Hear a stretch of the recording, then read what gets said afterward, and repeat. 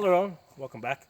I want to talk about a subject that recently came up in a HEMA discussion, and the subject was how much of your training should be sparring versus instructional. Okay, and I said 80 to 90% should be sparring. Okay, now why would I say something like that? Well, swordsmanship is a physical activity. It's fighting. Okay, it does you no good to know a particular system, inside out, forward and backwards, if you can't move your ass. Okay, you have to be able to see a sword tip movement. Okay, you have to be able to see that. You have to be able to read your opponent's body language to know what they're going to do. Okay, so that's the reason why I say that that 80 to 90% of your training should actually be sparring. Now, I'm not saying that you take a brand new person, just give them a sword and throw them out to spar, anybody and anybody. The type of sparring that I have seen work very effectively, okay, is you take a new person and you teach them one technique, okay, and only one technique, and you say, okay, you have that one technique. We're not going to fight. That's the only technique you're going to use. See what you can do with it, okay? So if I teach somebody, let's say, a very simple, cut thrust technique, okay? I'll have them, execute that a couple of times. So, basically cut thrust. A couple of times I'll let them get away with that. Eventually I'll start moving my shield over and blocking it, okay? So every time I throw they throw this cut thrust, it now gets blocked. So now they gotta figure out what they're gonna do, okay? So now maybe instead of trying to bind the sword over here and thrust, they'll try and bind up here and thrust up here. Well, what they'll realize is that maybe that angle isn't working, and that what they'll do is from that angle, they'll turn their blade over and thrust down. And then what they'll also, eventually I'll stop blocking that. Then they'll come over to this side, try to thrust through on this side of the sword, right? Because before I had them on this side of the sword, trying to thrust through.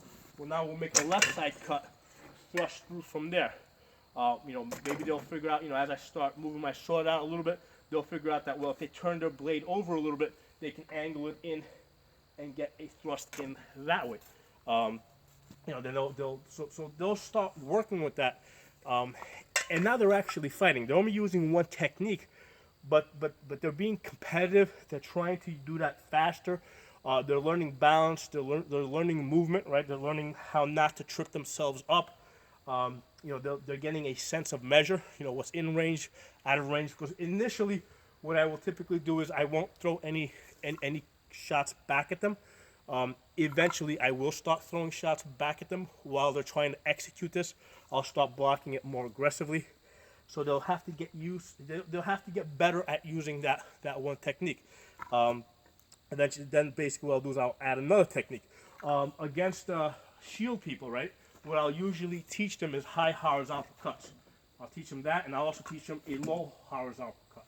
Okay, so I'll teach them those two cuts. A lot of times I'll say those are the only two cuts you can use. So they'll throw that, they'll throw that. They'll start moving with it a little bit. Okay. Then what I'll have them do is I'll have them basically throw that high cut but not complete it, right? Pull back and then throw a low cut, okay? So same thing in reverse. Start a low cut, pull back, throw a high cut. So now we're starting to add deception, okay? So we're throwing a cut, we're stopping it, and we're throwing, we're throwing the opposite cut. So here I'm going low, and then I end up going high. Then we'll start teaching them how to change their cut in the middle of their action. So they're here, they'll drop the sword, and then they'll bring it back up in a smooth motion. So, basically what we'll have them do is throw a leg cut, start again, drop the sword as if though they're going to throw a leg cut, come up to the head. And then also do that in reverse.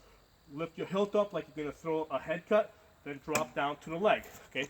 Then you start doing that, maybe throw that shot and then do it with a step, okay? So initiate the step up here, the shot up here, step, and then throw a shot to the leg. So just out of these three cuts that I showed you the bind, thrust, high horizontal cut, low horizontal cut.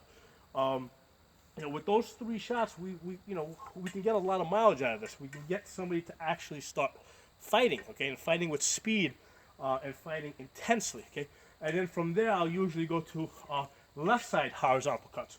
So I'll have them go high horizontal, left side, and then basically maybe even drop it a little bit lower. So now we're starting to get into the Krumpaf a little bit, okay. So we're going to cut down. But without even getting too complicated with dropping it down, if I just add that left side high horizontal shot, right, that left workout, between there to there, now with 3 shots, there's a lot of stuff that they can do.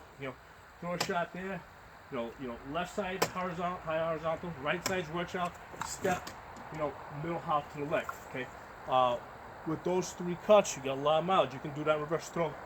So right side's workout, pull back, go to the leg, left side is workout. You can just start mixing up the combinations. You can add a stutter to that. Okay, so with these very simple cuts, these workouts and these middle house, we can really get somebody's speed up. We can get their power up. Now, the power is going to depend on what type of combat we're doing. If we're doing unarmored combat, like cut and thrust, it's going to be a little bit lighter. If we're calibrated for male, the hits are going to be a little bit harder. So they have to learn to throw these shots with power. But the point is that we're getting these new people to actually fight. We're showing them 2 or 3 things and letting them learn to how to actually fight. And then from that point forward, we will we start adding more and more things. If you look at most successful fighters, okay, the cuts that they typically use, I mean, they're not. It's they usually use a like 80 to 90% of their shots are limited to maybe 2 or 3 cuts, okay, and then the other like 10% or 20% might be the rest of the manual. Okay, so the majority of the cuts that most advanced fighters will use are usually very basic. So it makes sense to take those shots, right, that are usually the most successful, that have the highest usage rate, show them those cuts, let them get good with that, and then later on you start throwing in the other lower percentage shots that might typically be thrown. Okay, so there are my thoughts on that, and that's why I think that 80 to 90% of training should be sparring. I think that it doesn't work well if you take somebody and you try to teach them an entire fighting system, right? They kind of just jam it into their heads. So now they've got this whole system in their heads, and they're kind of visualizing, how it's supposed to work out in practicality. And then when they get out and actually fence somebody, it usually doesn't work out the way they thought it was going to work, or the way they were visualizing that it was going to work. They thought that they were going to be faster than they actually are. They thought that they were not going to be so susceptible to fakes. They might think that they probably thought that they were going to have a better sense of distance.